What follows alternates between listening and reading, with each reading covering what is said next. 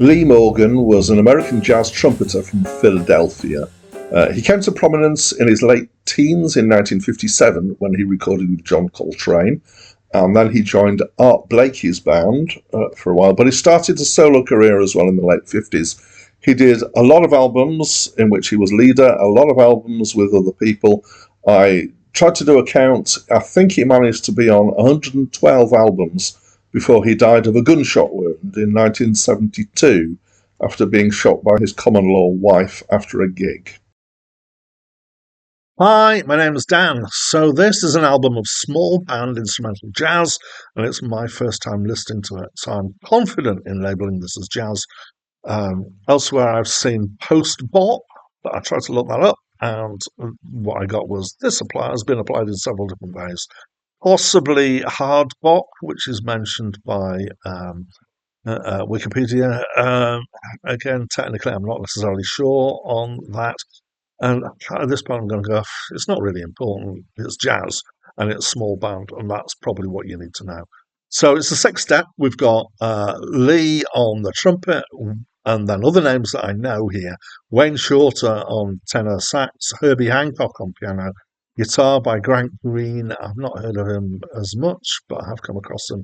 And it's a little bit unusual, I think, to include guitar in this small band stuff. And there's a bassist, of course, upright bass, and a drummer. There's 5 tracks to the album, and the first is very long. And we've got fairly standard jazz stuff of tunes and improvisation. To some extent, it's what I call bookending, which is you do the tune, you do loads of improvisation, and then do tune again at the end. But not necessarily all as straightforwardly that.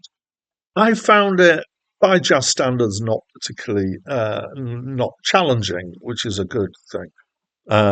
So by challenging jazz, I mean free jazz and kind of the more extremes of experimental or avant-garde jazz. And some of those can be quite hard to listen to. It's, it does soloing that goes off it's not kind of strictly in the chord that's being played, but that's been for quite a long time the thing in jazz. The title, Search for the New Land. So around this sort of time, there seemed to be a thing for doing very pretentious titles that were kind of, claiming that we were going towards a new consciousness and all sorts of bizarre things like that. And from the nature of the title of the album, I expected this to be weirder than it actually is. So I was pleasantly surprised by that, I think. It doesn't mean weird is always bad, but in jazz I sometimes struggle with it. So I found it to be pleasant instrumental jazz. There's some quite nice playing, especially enjoyed the piano for some reason. And I did clock that before I noticed it was Herbie Hancock. I do have a certain amount of time for Herbie Hancock. The title track is nearly 16 minutes, and it sort of alternates between slow, stretched out sections and faster bits, which are signalled by a bass riff. And I quite enjoyed that. Now, a while back, I made a commitment that when I review jazz albums, I'm not just going to talk about any technical things I want to talk about. I'm actually going to talk about how it makes me feel, because I feel that this is an important thing actually for all albums, but I think I do it more readily than I do with jazz.